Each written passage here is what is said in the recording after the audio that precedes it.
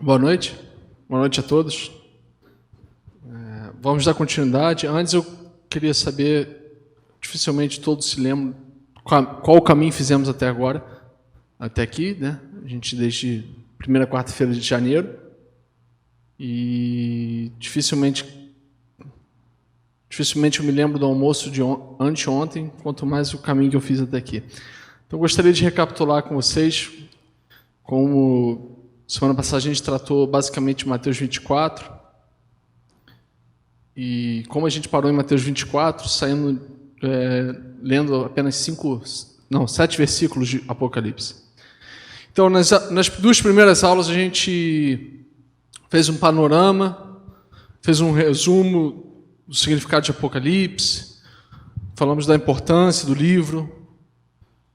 Na aula 3 e 4 a gente começou a fez uma análise versículo por versículo, até chegamos a um versículo que a gente ainda está nele, né? Estamos num tema dentro desse versículo, mas eu gostaria de só lembrar a vocês que até a quarta aula a gente só tratou basicamente da revelação do Cristo glorificado.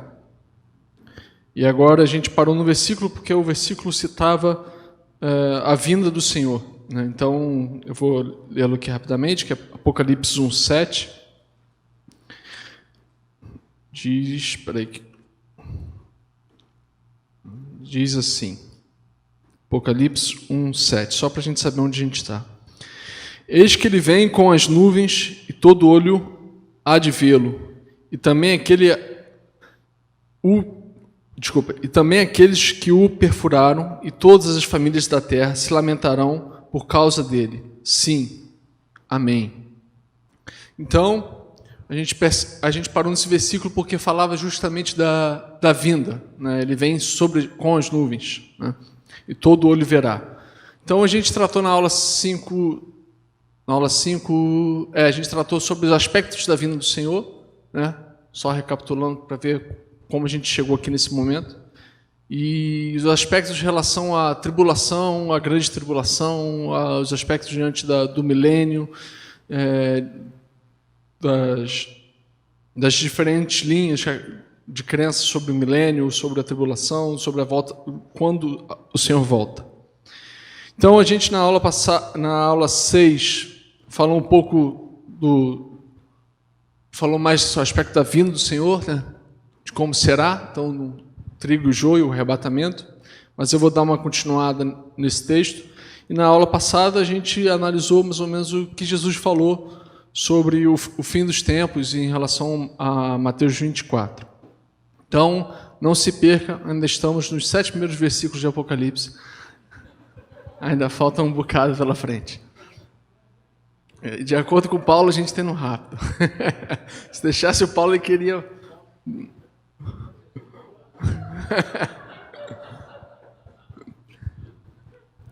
Então vamos lá, lendo Mateus 13, 24, vamos falar sobre o trigo, o joio e a vinda do Senhor. Só recapitulando isso com vocês, porque vamos tentar fechar esse assunto nessa aula, sobre a vinda do Senhor, para a gente tentar na próxima aula já partir para o versículo 8. Né? Vamos tentar. Diz assim: outra parábola lhes propôs, dizendo: o reino dos céus é semelhante a um homem que semeou boa semente no seu campo. Esse campo é o mundo, Jesus vai dizer isso depois. Mas, enquanto os homens dormiam, veio o inimigo dele, semeou o joio no meio do trigo e retirou-se. E, quando a erva cresceu e produziu fruto, apareceu também o joio. Então, vindo os servos do dono da casa, lhe disseram. Aí a gente não sabe se os servos, quem se refere aos anjos ou não. Ao que dá a entender, sim. Né? Senhor, não semeaste boa semente no teu campo? Os filhos do reino é a boa semente. De onde vem, pois, o joio? Então é mais ou menos o seguinte. O Senhor, que Jesus vai explicar, ele é o semeador, ele vai no mundo, semeia boa semente, que são os filhos do reino. Então ele semeia, ele te ele te faz filho, né? Ele te coloca nesse mundo como... Ele semeia a vida dele em nós, então nos faz filhos do reino nesse mundo. Mas, ao mesmo tempo, vem um inimigo, que é 2 slides a gente vai ver, que vai falar em relação ao diabo, que é o diabo, e semeia também uma semente maligna dentro do coração do homem. E faz filhos do diabo, como a gente vai ler no próximo slide. Pode passar. Então, essa é mais ou menos o que a parábola está dizendo. Ele, porém, lhes respondeu: um inimigo fez isso, mas o servo lhes perguntaram: queres que vamos e arranquemos o joio? Não, replicou-lhe, para que, ao separar o joio, não arranqueis também com ele o trigo. Então, os anjos, diante disso, né, os servos, a gente supõe que é os anjos pela própria explicação que ele dá, mas como é uma alegoria, necessariamente não precisa ser exato, não houve essa conversa, não significa que houve, né? Então os servos chegam assim: quer que a gente recolha, já que tem joio e trigo, a gente quer que logo a gente pegue e separe, tire o joio logo do meio, porque estão crescendo juntos, tanto os filhos do reino de Deus, quanto os filhos do maligno. E o Senhor sabiamente responde: olha, não, porque deixai crescer, porque juntos, para que ele não corra o risco de você tentar arrancar um filho do maligno e você arranque também um filho do reino. E de certa forma, isso se encaixa muito com o que diz a Escritura, em outro texto que diz que o Senhor não quer que ninguém se perca, mas antes ele é paciente e longânimo para com todos. E isso se encaixa também nessa questão de que nós um dia já estávamos sendo filhos das trevas, estávamos nas trevas. Então, se imagina se o Senhor já viesse naquela época e arrebatasse logo, então não nos seria dada a oportunidade de sermos semeada a boa semente em nossos corações. Então, o Senhor simplesmente, sabiamente, fala assim: não, espera dar fruto, espera eles crescerem, espera eles dar fruto, deixai crescer juntos.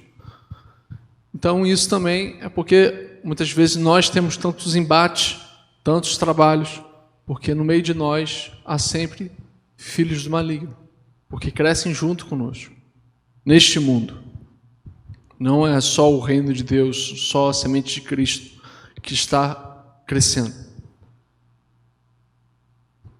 Então, a hora da colheita é o fruto maduro, a gente vai ver isso um pouco mais para frente. Juntos até a colheita, e no tempo da colheita direi aos ceifeiros, que esse sim Jesus identifica como os anjos: ajuntai primeiro o joio. Então, essa palavra aí que eu não sei grego, mas significa juntar, recolher num canto, juntar. Isso remete muito à batalha do Armagedon, né? A batalha que os inimigos do Senhor vão se ajuntando contra ele em um momento. Então, mas ele continua: mas o trigo recolhei ao meu celeiro. Então, quando eu li esse texto, eu me lembro muito bem das vezes que minha mãe brigava comigo, ou minha mãe chegava estressada em casa, e quando ela pegava os outros falavam assim: o bicho vai pegar, fechava a porta, os outros ficavam de fora, se davam bem, e o que estava lá dentro. Então, é assim que é o dia da ira do Senhor. Você fez besteira, de repente, vem o Senhor, e quem ele recolheu, está livre. Então é mais ou menos isso, o arrebatamento é isso, ele recolhe e no mesmo instante ele solta a ira dele, ele libera a ira dele. Mas o Senhor é longânimo e tardio em irar-se. E não é porque as pessoas o joio vai estar junto num lugar, significa que... Obrigado, Daniel, seu cara. Não é porque o joio vai ser ajuntado e vai ser jogado fora, é que nós, os filhos do reino, temos algum mérito. Todos nós merecíamos o mesmo destino do joio. A diferença é que o juízo de Deus, que é o dia da ira ou o dia do Senhor, o juízo de Deus sobre nós veio antes, na pessoa de Jesus. E hoje, aqueles que não aceitarem essa justiça de Deus feita através de Jesus, mediante isso, serão levados a sofrerem o próprio juízo de Deus em suas vidas. Então, se nós seremos poupados da ira, do dia da ira do Senhor, no dia do Senhor, é porque Jesus já padeceu por nós. Não é mérito nosso. Não é por justiça nossa ou porque Deus nos ama mais do que a outro. Então, vamos pegar o resumo, diz aí. Resumidamente, Jesus explica a parábola acima da seguinte maneira: quem semeia boa semente é Jesus, o Filho do Homem. O campo é o mundo, a boa semente são os filhos do reino, os joios são os filhos do maligno. Quem semeou o joio foi o diabo. A colheita é o fim dos tempos, os ceifeiros são os anjos. O joio destino a ser recolhido e queimado no fogo. Então, simplesmente o dia virá em que a justiça e como o Senhor diz, na minha vingança será feito. Pode passar.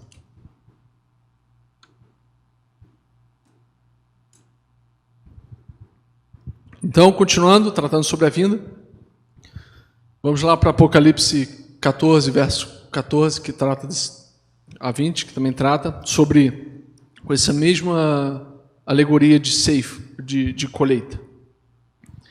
Olhei e diante de mim estava uma nuvem branca, e assentado sobre a nuvem alguém semelhante a um filho de homem. Então, lembrando que paramos no verso 7, que falou que ele vem com as nuvens. Então, a nuvem remete à vinda do Senhor. E ele estava com uma coroa de ouro na cabeça e uma foice afiada na mão. Então, a gente sabe que quando se refere a Filho do Homem, se refere a Jesus.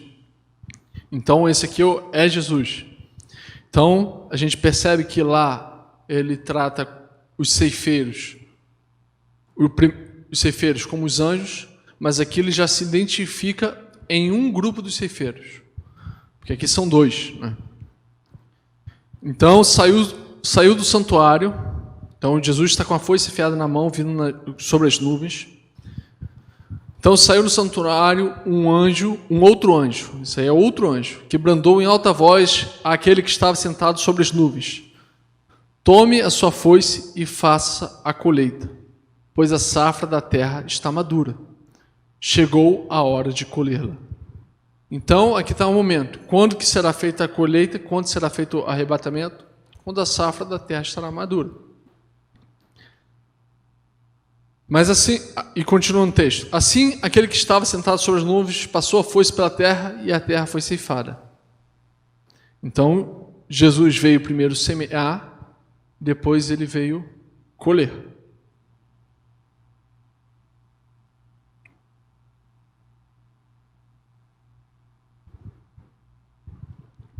Continuando, outro anjo saiu do santuário do céu. Então é outro anjo, não é mais o Senhor, trazendo uma foice afiada, de igual modo afiada. E ainda outro anjo, que tem autoridade sobre o fogo, saiu do altar e bradou em alta voz àquele que tinha foice afiada, não mais Jesus, o segundo anjo que saiu com a foice: tome a sua foice afiada e ajunte os cachos de uva da videira da terra, porque as suas uvas estão maduras. E o anjo passou a foice pela terra, ajuntou as uvas e as lançou no grande lagar da ira de Deus. Elas foram pisadas no lagar, fora da cidade. Isso a gente vai ver um pouquinho mais em Joel 3,14. E ocorreu, Sangue no lagar, chegando ao nível dos freios de cavalos, uma distância de cerca de 1.600 estádios. Então, 1.600 estádios pela minha cola aqui dá quase 300 quilômetros, né? E se for pela gematria, pelo significado, é 40 vezes 40, que é um tempo de provação, um tempo de julgamento. 40 simbolismo de provação, de julgamento. Então, abrindo lá em Joel, que também fala sobre a ceifa, né? Fala sobre o período da ceifa. Esse Joel 3:9 diz assim: proclamai isto entre os gentios, preparai a guerra, suscitai os fortes, cheguem-se, subam todos os homens de guerra, forjai espadas das vossas enxadas e lanças das vossas foices. Diga o fraco, eu sou forte. Ajuntai-vos e vinde todos os gentios em redor. Congregai-vos. Ó Senhor, fazes descer ali os teus fortes. Suscitem-se os gentios. Subam ao vale de Josafá, pois ali me assentarei para julgar todos os gentios em redor. Então aqui, a gente no texto de Joel 3:9-15, o Senhor, através de seus anjos, estão juntando todos os gentios, todos os incrédulos, todos aqueles que se juntando diante dele para se sentar e julgar. E ali, o interessante do texto, não está aí, mas interessante do texto que ele fala assim: digo fraco, sou forte. Então, até aqueles que, tipo assim, nós que somos fracos, ou a humanidade que é fraca em si, vai se posar como forte diante dele. Então temos esse texto também em Marcos, falando também sobre a ceifa. Lá em Marcos 4:26-29.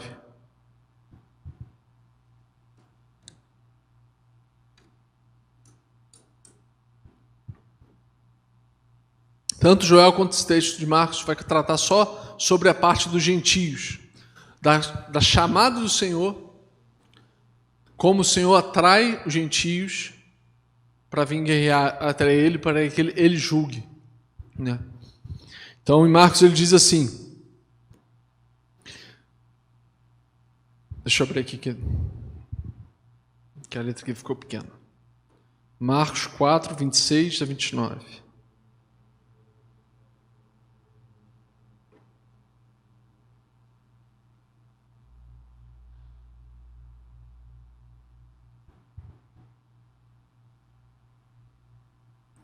Ele trata o mesmo versículo, mas só tratando algo semelhante. E ele disse: assim é o reino de Deus, como se um homem lançasse semente à terra, e vai dormir e se levanta de noite e de dia. E semente brota e cresce, e ele nem sabe como, porque a terra por si mesma produz fruto, primeiro a folha, depois a espiga, e por último o grão de espiga. Mas quando o fruto está maduro, logo lhe mete a foice, porque é chegado a colheita. Então, aqui temos dois textos complementares que falam sobre a colheita, sobre o arrebatamento, que é tratado como forma semelhante. Então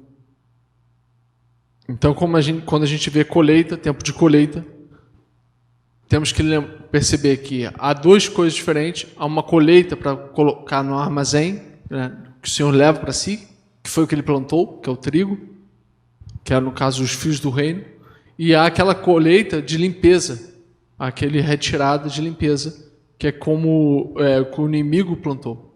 É semelhante, se a gente pegar os textos, isso remete também às parábolas, às histórias que Deus assemelha a vinda dele ao tempo de Noé e também a Ló. Noé, ele é recolhido na arca com sua família e o resto, né, os inimigos todos, são recolhidos pela água, pela destruição. Assim também é com Ló. Ló é retirado do local pelo anjo e o fogo vem sobre os outros. Então, para limpar. Certo? Alguma dúvida até aqui? Se tiver alguma dúvida, a gente disponibiliza o WhatsApp, o signal do pastor Ari. Ele não está aí, né? Está aí? Quem quiser tirar dúvidas, fica à vontade. A gente bota online também. Já fizeram isso uma vez. Vamos lá.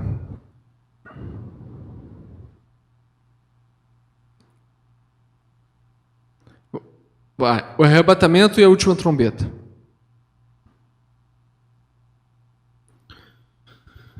Em 1 Tessalonicenses 4:14, está aberto ali.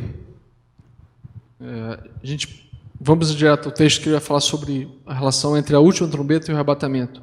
Porque a gente viu o momento da colheita, que o arrebatamento será quando os frutos estiverem maduros. Então, pois diz assim: pois se cremos que Jesus morreu e ressuscitou, assim também Deus, mediante Jesus, trará em sua companhia os que dormem. Então, primeiramente, o Senhor trará os que dormem. Ora, ainda vos declaramos por palavras do Senhor isto: nós, os vivos, os que ficarmos até a vinda do Senhor, de algum modo precederemos os que dormem. De modo algum, desculpa. Então, o que está sendo dito? É que o Senhor virá,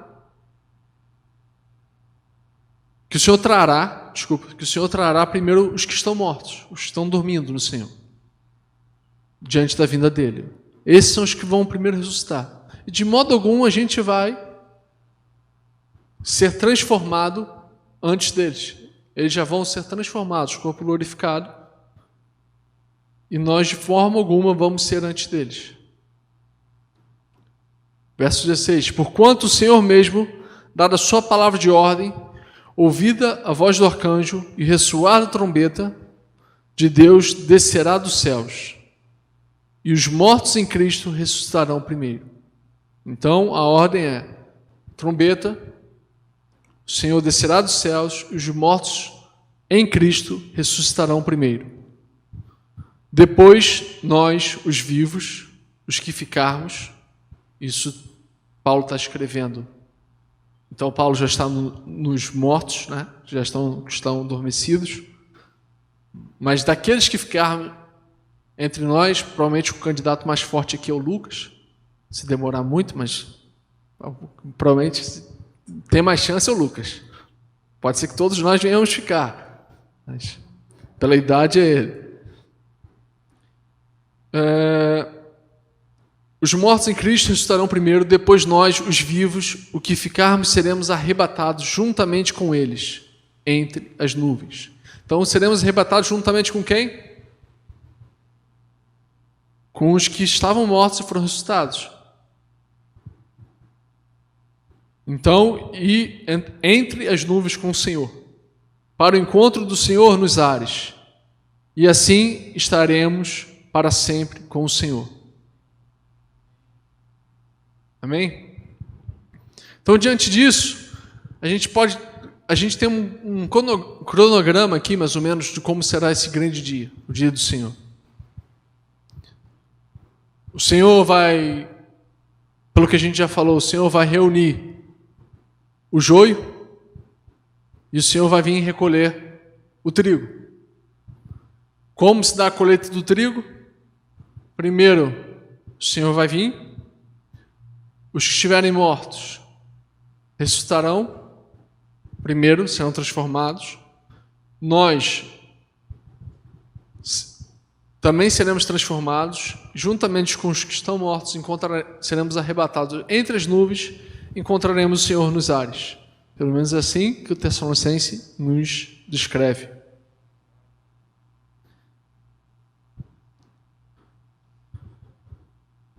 Próximo, Apocalipse 10, 7 diz assim, sobre o período da trombeta. Então, se não tem nenhuma dúvida sobre como será o tempo do arrebatamento, como será o dia do arrebatamento, diz assim, Apocalipse 10, 7: mas nos dias da voz do sétimo anjo, quando tocar a sua trombeta, se cumprirá o segredo, o mistério de Deus, como anunciado aos profetas, seus servos. E que mistério é esse? Que foi anunciado aos profetas. Temos 2 textos aí, Daniel 12:2, que um dia Paulo vai disponibilizar para vocês esse slide. Eu resumo. Só está esperando o pastor Ari aprovar. Meu pai já leu, já liberou. Daniel 12:2 e Isaías 26:19.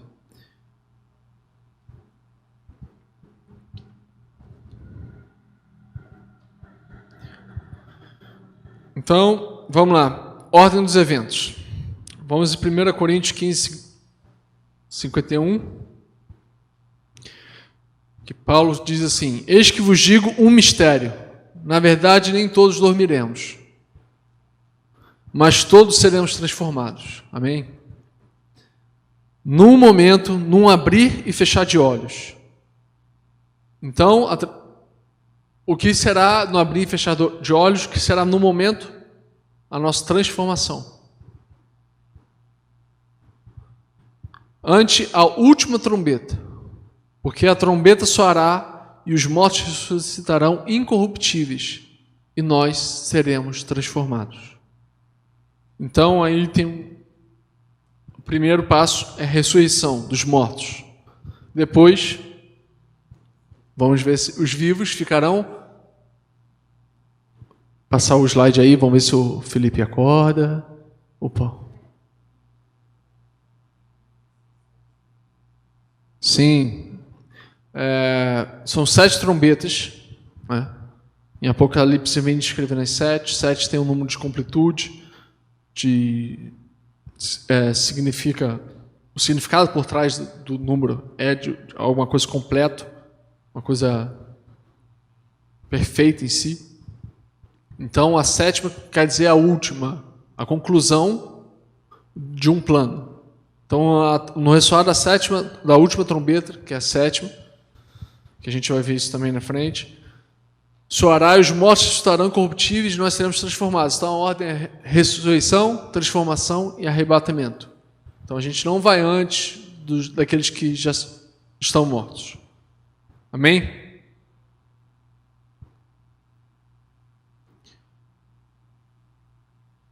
Próximo, diz assim, colocamos uma perguntinha aí. Mas não existe um negócio de primeira ressurreição? Vocês já ouviram falar alguma coisa sobre primeira ressurreição? Você tem primeira ressurreição, tem segunda ressurreição? E por que os mortos ressuscitaram antes? E quem vai ressuscitar? Quem ressuscitou antes? Quem vai ressuscitar depois? Então vamos falar sobre primeira ressurreição. Isso tudo porque Paulo queria detalhar um versículo 7, tá? Lembrando vocês. Um versículo que fala sobre a vinda do Senhor. A gente preferiu abordar logo isso.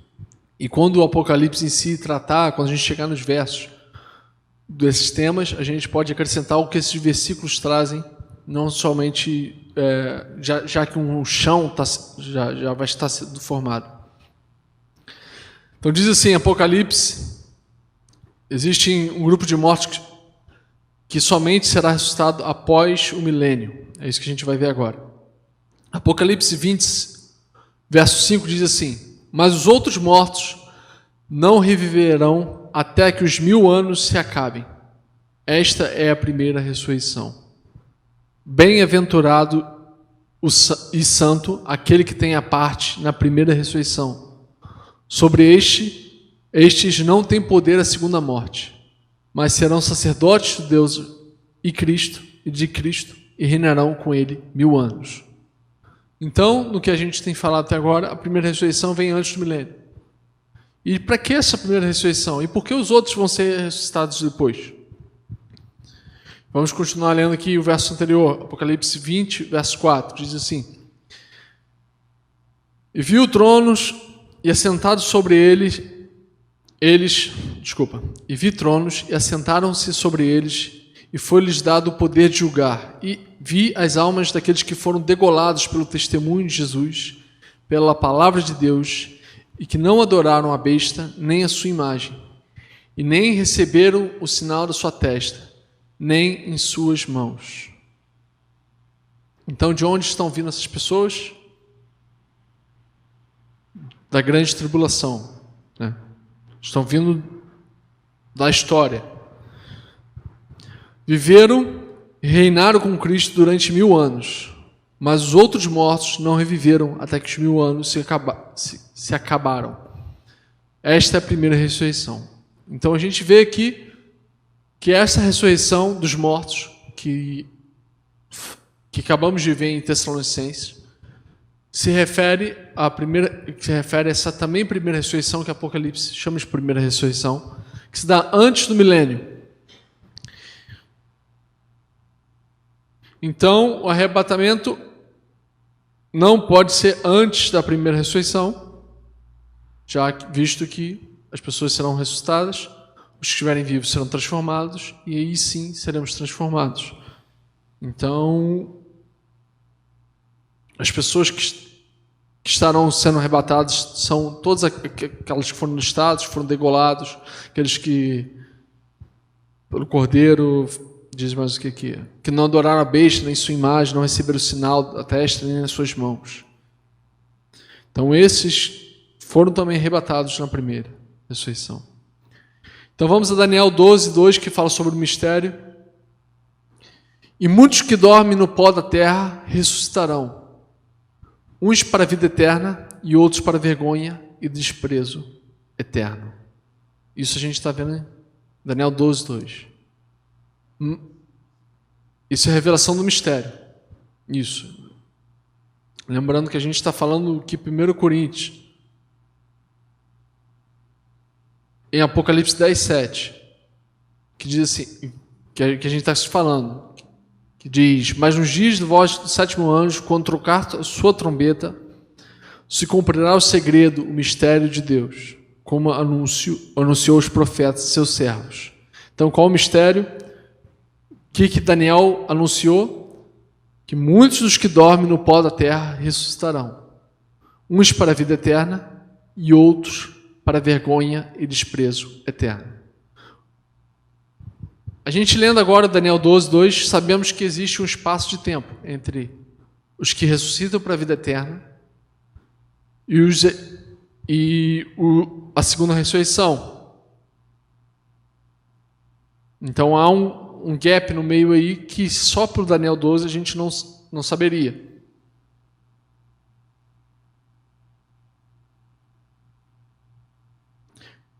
Então pode passar o slide aí. O arrebatamento é antes do milênio. Isso, exatamente. E quem vai no primeiro arrebatamento? Quem passou na tribulação, exatamente, mas os que estiverem mortos serão ressuscitados, e isso é a primeira ressurreição. E os que estiverem vivos serão transformados. Exatamente. Exatamente. Para servir a Deus no milênio. Então, quando seria essa primeira ressurreição, né? Seria legal se a Bíblia falasse, e a Bíblia fala. E vamos lá então para o próximo versículo, para o próximo, que diz assim: quando será? Será amanhã? Será semana que vem? Não, temos isso, mas quando será o tocar? Vamos lá, João 6,39. E a vontade do Pai que me enviou é esta, Jesus estava dizendo, que nenhum de todos que me deu se perca, mas que ressuscite no último dia. Então, Jesus frisa aí que é no último dia. No verso seguinte, ele continua: porquanto a vontade daquele que me enviou é esta, que todo aquele que vê o Filho e crê nele tenha vida eterna. E eu o ressuscitarei no último dia. Então, a gente já percebe que Jesus coloca que a ressurreição, a primeira ressurreição é no último dia. No último dia do quê? Da semana? No último dia do quê? desse tempo, dessa era. E quando se dá? No último dia. O dia e a hora ninguém sabe. A gente sabe que está chegando, a estação está se aproximando. Mas a gente não sabe quando será o último dia. Então, pula 4 versos aí, João 6,44, diz assim: ninguém pode vir a mim se o Pai que me enviou não trouxer, e eu ressuscitarei no último dia. Pula mais 10 versículos, João 6,54 diz: quem come a minha carne e bebe meu sangue tem vida eterna, e eu ressuscitarei no último dia. Olha só que alegria. Quer dizer que mesmo que a gente esteja morto, a gente vai viver. A nossa vida não acaba daqui a poucos anos. Não importa quanto tarde esse último dia, a gente vai estar lá, ressuscitado, glorificado, e quem estiver vivo, transformado também. Todos estarão transformados, mas corpo glorificado. Deixa eu ver aqui.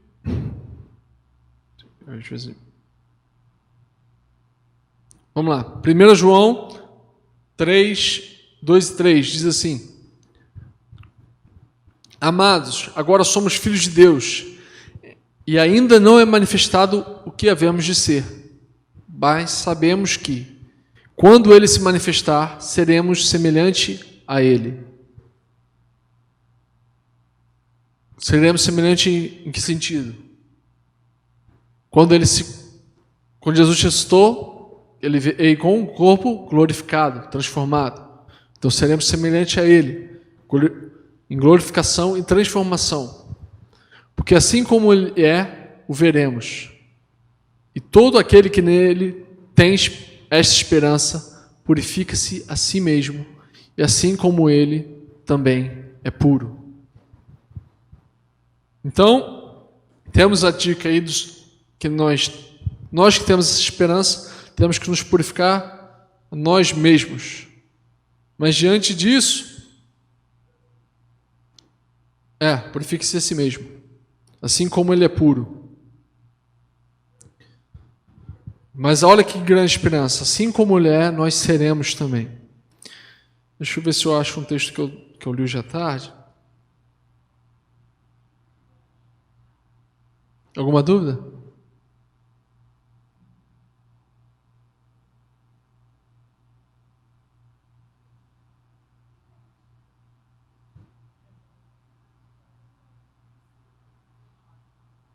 Isaías 26, 19? Viu, Paulo? Poxa, Paulo, você não botou aqui. A gente citou o mistério, não leu. A Renata lembrou, Isaías 26, 19. Vamos lá, rapidamente.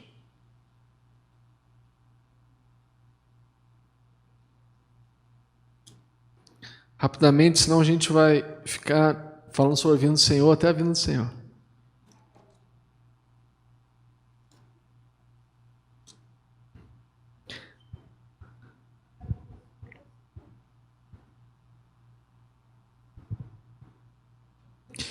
Isaías 26, 19 diz assim: teus homens mortos viverão, juntamente com o meu corpo morto, eles se levantarão. Despertai e cantai, vós que habitais no pó, porque o teu orvalho é como o orvalho das... Desculpa aqui, perdi a linha. Teu orvalho é como o orvalho das ervas, e a terra irá expelir os mortos. Então, o texto de Isaías deixa forte, como diz Renata.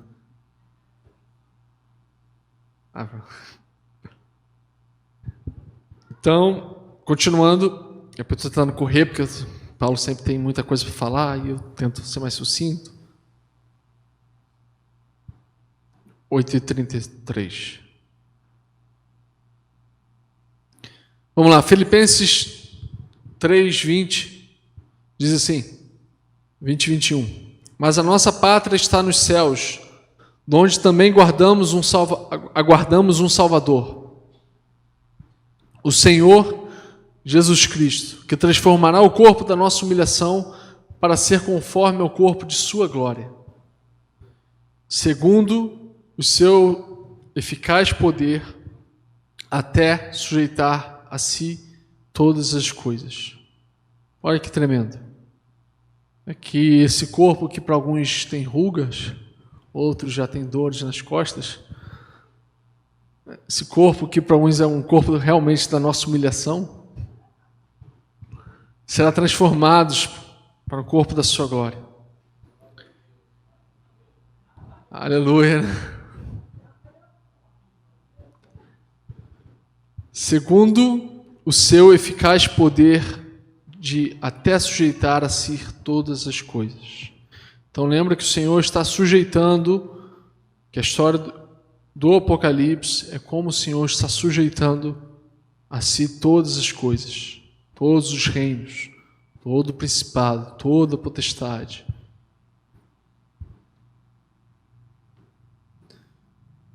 Então vamos às 4 perguntas. Recapitulando aqui. Quando será a transformação dos santos ainda vivos? Antes ou depois da ressurreição dos mortos? Quando? Então, os santos que ainda estão vivos serão transformados depois da ressurreição dos mortos. Já temos os textos da referência. Já lemos alguns. Quando será a ressurreição dos mortos em Cristo? Ou seja, a primeira ressurreição? Quanto que vai ser? Isso, diante do trocar da trombeta, da última trombeta, no último dia. Isso aí. No último dia. Logo, em que dia seremos transformados, glorificados e arrebatados? Só no último dia. Persevera, irmão. E por fim, isso biblicamente se dá antes ou depois do período conhecido como Grande Tribulação? Porque se é o último dia, não pode ser antes, porque senão não teria tribulação. Mas por que o último dia? Pensa assim, o Senhor vai vir trazer a ira dele. Você acha que tem dia seguinte? Não tem dia seguinte. Se ele trouxer a ira dele, não tem dia seguinte. Então é o último dia mesmo. Acabou. O tempo fechou. Acabou. Mas esse negócio da última trombeta não interfere no assunto? Vamos ver sobre como é tratada a última trombeta, então, no último dia. Apocalipse 11, 15 a 19. O sétimo anjo, que era... Antes de a gente começar a ler, alguém tem alguma dúvida? Alguém está com... Acho que a gente está correndo muito. Se estiver achando que a gente corre muito, dá a mão ao Paulo ali. Que ele pode estudar contigo os detalhes desses versos durante a semana. Vamos lá, Apocalipse 11, 15 e 19 diz... Daniel, acho que eu vou precisar de outro copo d'água aqui. Valeu. O sétimo anjo, que é o último, porque a gente está tratando, o sétimo está falando da completude, então quando tudo acabar, o sétimo anjo tocou a trombeta, que é a última trombeta, cada anjo toca um, pelo menos essa é a questão do Apocalipse. E o reino do mundo... Tá, vamos lá. O sétimo anjo tocou a trombeta, e houve no céu grandes vozes, dizendo: o reino do mundo se tornou do nosso Senhor e do seu Cristo. Então, até lá... Mas, lembra, a história de Apocalipse é o Senhor colocando debaixo dos pés, é Deus colocando debaixo dos pés do Filho. Ele fala assim, lá em Salmos: senta na minha direita até que eu coloque teus inimigos por debaixo dos seus pés. Então, aqui é a história se decorrendo. Então, no sétimo anjo, no tocar a trombeta, né, tocou a trombeta e houve no céu grande voz dizendo: o reino do mundo se tornou do nosso Senhor e do seu Cristo. e ele reinará pelos séculos dos séculos. Então esse é o momento que o Senhor realmente toma esse reino. Verso 16: E os 24 anciãos que se encontravam sentados no seu trono, diante de Deus, prostraram-se sobre o seu rosto e adoraram a Deus, dizendo: Graças te damos, Senhor Deus Todo-Poderoso, que és e que eras, porque assumiste o teu grande poder e passaste a reinar. Percebe que aqui ele não diz que eras, que é e que há de vir. Não, o Senhor já veio. Mas porque assumiste o teu grande poder e passaste a reinar. O poder já é dele. O decreto já está feito. Mas há um tempo para se cumprir as coisas. E aqui é o tempo que ele passa a reinar. No tocados, o último anjo tocando a última trombeta.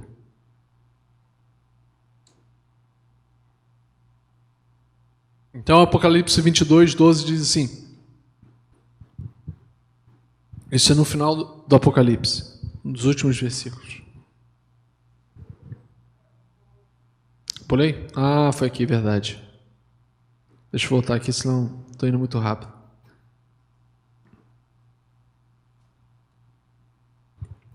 Apocalipse 11, 15 e 19. Continuando, né? Continuando. É o verso 18. Na verdade, as nações se enfureceram. Isso aqui está resumindo toda a guerra no final. Dos reis do norte, do oriente, do anticristo. Todo o joio sendo juntado num vale do Megido para o Senhor julgar. É tudo. As nações se enfureceram, imagino como fosse um formigueiro se enfurecendo contra o seu pé, assim. Não tem poder, aparentemente, mas todos se juntando. Chegou, porém, a tua ira. Então, você tem de um lado as nações se enfurecendo, e chega então a ira do Senhor. E o tempo determinado para serem julgados os mortos. Então está falando do dia do Senhor. Para se dar o galardão aos teus servos, os profetas, aos santos e aos que temem o seu nome, tanto aos pequenos como os grandes, e para destruíres os que os destroem a terra. Então, o que nós vemos aí? As nações enfurecidas, mas chega o dia, porém chega a tua ira, a ira do Senhor chega, e o tempo determinado. Determinado para quê? Para ser julgados os mortos, que os mortos, primeira ressurreição, para se dar o galardão aos teus servos, os que foram ressuscitados ou os que foram transformados, aos profetas e aos santos e os que temem o teu nome, tanto aos pequenos como aos grandes, e para destruíres, é o juízo, como nos dias de Noé, como nos dias de Ló, os que destroem a terra. Abriu-se então o santuário de Deus que se acha no céu, e foi visto a arca da aliança no seu santuário, e sobrevieram relâmpagos, vozes, trovões, relâmpagos, terremotos e grande saraiva. Aí podemos ver que esses trovões, terremotos e grande saraiva está tudo no tempo determinado, na ira dele. Então, indo lá em Apocalipse 20. Quer? Não, isso é antes. Isso é antes do milênio. Por que acontece? Dá o galardão aos servos. O tempo determinado para dar o galardão aos teus servos. Quem são esses servos? Os que foram transformados, os que foram ressuscitados na primeira ressurreição. E que eles receberão o quê? Galardão. reinarão com Cristo durante 1000 anos. Então, estes que foram ressuscitados, estes que foram transformados, reinarão com Cristo durante 1000 anos. Então, o galardão é para o milênio. Não tem essa muito de todos serão iguais no reino dos céus, no milênio. Não adianta achar que eu que me converti com 75 anos, 2 dias antes de morrer, terei o meu mesmo galardão que alguém que serviu ao Senhor por 30 anos e foi degolado lá na Argélia. Paulo chega a dizer que tem Hebreus diz que tem alguns que rejeitaram uma brenda mais leve, se ofereceram para morrer para o Senhor, almejando uma ressurreição mais gloriosa. Então, o que a gente vê é que o que a gente faz aqui tem uma recompensa no galardão nos céus. Como as parábolas que o Senhor conta dos talentos. Tudo isso envolve aqui. A fidelidade que temos diante do Senhor, diante do que Ele nos chama, diante da revelação que nós temos dEle. A fidelidade que temos para o nosso próximo.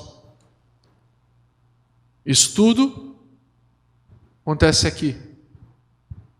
O Senhor perdoa o nosso pecado, sim, perdoa as nossas falhas. Mas há uma recompensa para os servos do Senhor. Amém? Então não pense que seu trabalho, que a sua fidelidade, o seu esforço, quando feito para o Senhor, é em vão.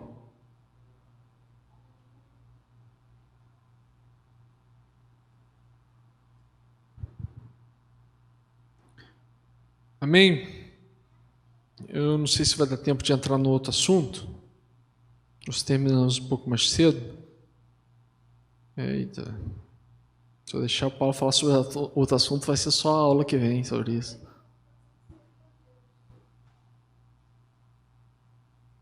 O próximo assunto pode passando, mas eu não vou iniciar não, só vou dar uma palhinha.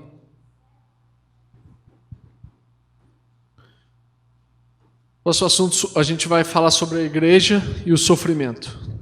Porque a igreja vai passar pela tribulação? Porque Deus vai permitir que nós venhamos sofrer. Mas por que nós também sofremos? A gente vai ver e a gente pode perceber que tem muito paralelo com o povo de Israel no Egito. Que o povo, pela manifestação de Deus, o povo do Egito oprime o povo de Israel. E é isso, a ira de Deus vem sobre aqueles que acabam nos oprimindo. Então a gente vai ver porque o Senhor nos permite sofrer, a igreja passar pelo sofrimento. E por que Ele não nos livra da grande tribulação? Ele pode nos livrar na grande tribulação, mas por que não nos livra da grande tribulação? Até porque nós temos que ser encontrados como obreiros fiéis diante do Senhor. Nossas obras passarão pelo fogo para ser testadas. E é na provação que se purifica, se santifica, se separa.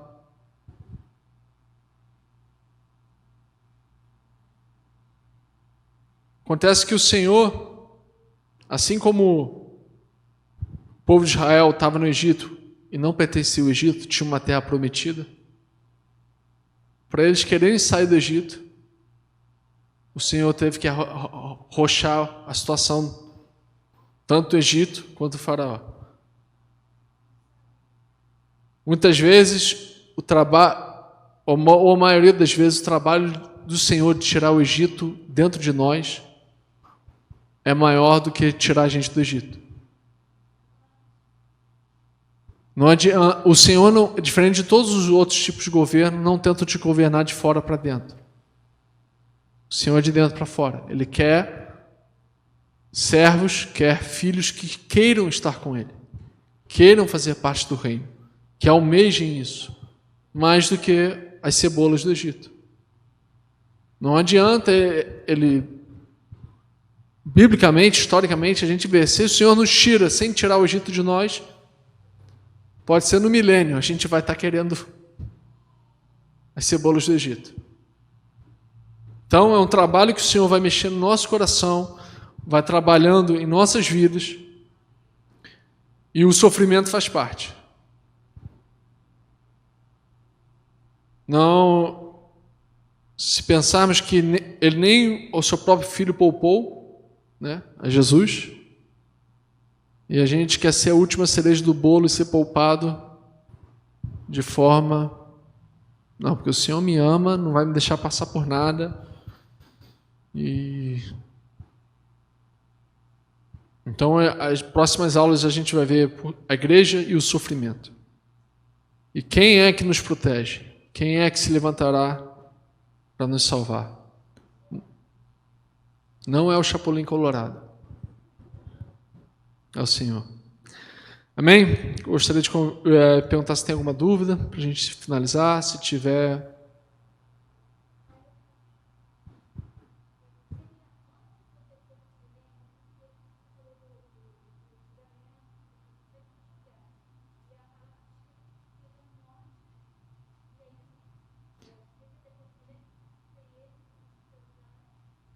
Isso. O primeiro julgamento é de juízo.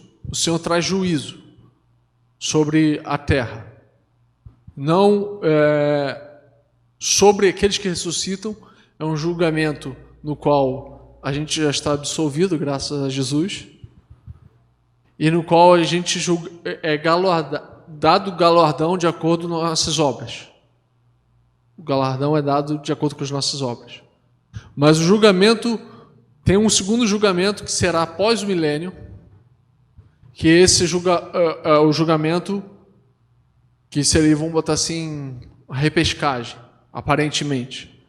Porque diz lá que em Apocalipse vai dizer que todo aquele que não foi encontrado seu nome no livro da vida foi lançado no lagar de fogo.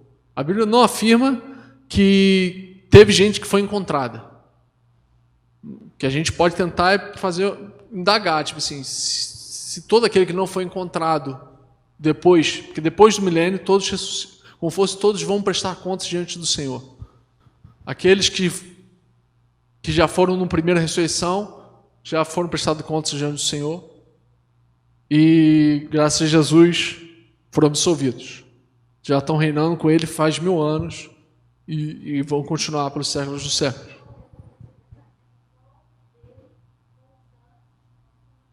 Isso, é antes do milênio. A volta do Senhor com os anjos para julgar a terra é antes do milênio.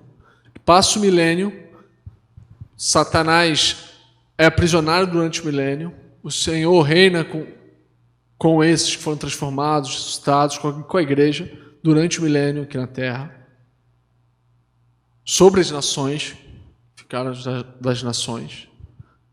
E aí, então, Satanás é liberto, depois do período de 1000 anos, que a gente diz, não sabe se é 1000 anos certinho, ou se é uma alegoria. 1000 anos pode ser 3000, pode ser 500, a gente não sabe precisar. Só o Senhor sabe. Mas vamos botar aqui 1000 anos. Então, depois desse período, Satanás é solto, ele volta a enganar as nações, volta a enganar as nações e voltar as nações de novo contra Deus. Entende? Então, o período do milênio, o período que o pessoal, a gente não leu aqui, mas Joel fala que o pessoal pega as coisas de trabalho e transforma em arma. Mas aí o texto vai dizer que o pessoal pega as armas e transformam em trabalho, em arado, em enxada. Então, é um processo que não há, durante o milênio não há guerra, não há morte daqueles que foram ressuscitados, né? Diz que quem pecar morrerá em todas as nações, morrerá com 100 anos, 120, né? Alguma coisa do tipo, 100 anos. Diz que também tem um texto que fala que não vai ter criança. Isso. E também não vai ter velho, tipo assim, dentro dos que estão reinando com Cristo no milênio. E depois do milênio, depois de Satanás voltar todos contra Deus de novo, Deus vem e traz juízo sobre Satanás e seus anjos. Antes ele traz juízo sobre a manifestação ou a autoridade de Satanás nesse mundo, que é o sistema do mundo, o anticristo. Isso é antes do milênio. Depois é sobre Satanás e seus anjos. E depois disso acontecer, todos vão diante do Senhor prestar contas, os que estavam mortos, né? Ou os que viveram durante o milênio e não foram ressuscitados, né? Prestarão contas diante do Senhor, e diante disso o Senhor vai olhar nos livros e, de acordo com o Apocalipse, vai julgar cada um de acordo com as suas obras, porque provavelmente não é mais pela fé em Cristo, porque os que tiveram fé em Cristo foram ressuscitados antes, ou algo do tipo. Então, diante disso, depois desse período, é criado novos céus e nova terra, e eis que tudo se fez novo. Quer falar alguma coisa? Depois, qualquer coisa, pode perguntar ao Paulo que vem. O Paulo deu essa ideia. Pode escrever as dúvidas, questões. Vocês podem ir lendo em casa, estudando. Traz as dúvidas, que é bom que a gente aprende. Faz a gente olhar de forma diferente ao texto, faz a gente procurar. E traz na próxima aula as mais cascudas, que a minha próxima aula é o Paulo. Então, deixa as mais tranquilas para depois. Eu sugeri ao Paulo para ele fazer depois um cronogramazinho, que eu acho que visualmente fica mais didático. Um fluxograma, aquilo que Ilma perguntou, eu acho que é muito importante, porque a gente tem uma série de confusões, né? Então, o que o André disse é exatamente isso, né? Quando Jesus vier, os mortos ressuscitam, os vivos são transformados, e há o dia da ira de Deus. O dia da ira de Deus vai destruir o mundo inteiro? Não. Vai vir sobre uma parte, como juízo. E aí Jesus, então, começa o seu governo com a igreja. E esse governo com a igreja, no governo com a igreja, nós teremos os galardões. Lembra da parábola que um ganhará autoridade sobre 5 cidades, trabalhou, ganhou mais 5 talentos? São esses galardões que vão distinguir, de certa forma, o que os cristãos vão atuar durante o período do milênio. E aí, depois do milênio, como André disse, as nações continuam ainda vivendo sob o governo de Cristo, Satanás é solto, e aí vem o julgamento, e esse julgamento é um julgamento segundo as obras, que é a segunda ressurreição. Os mortos, Paulo leu aqui, Apocalipse capítulo 20, o mar dará os seus mortos, todos vão ressuscitar. Os cristãos, os que estão em Cristo, já ressuscitaram.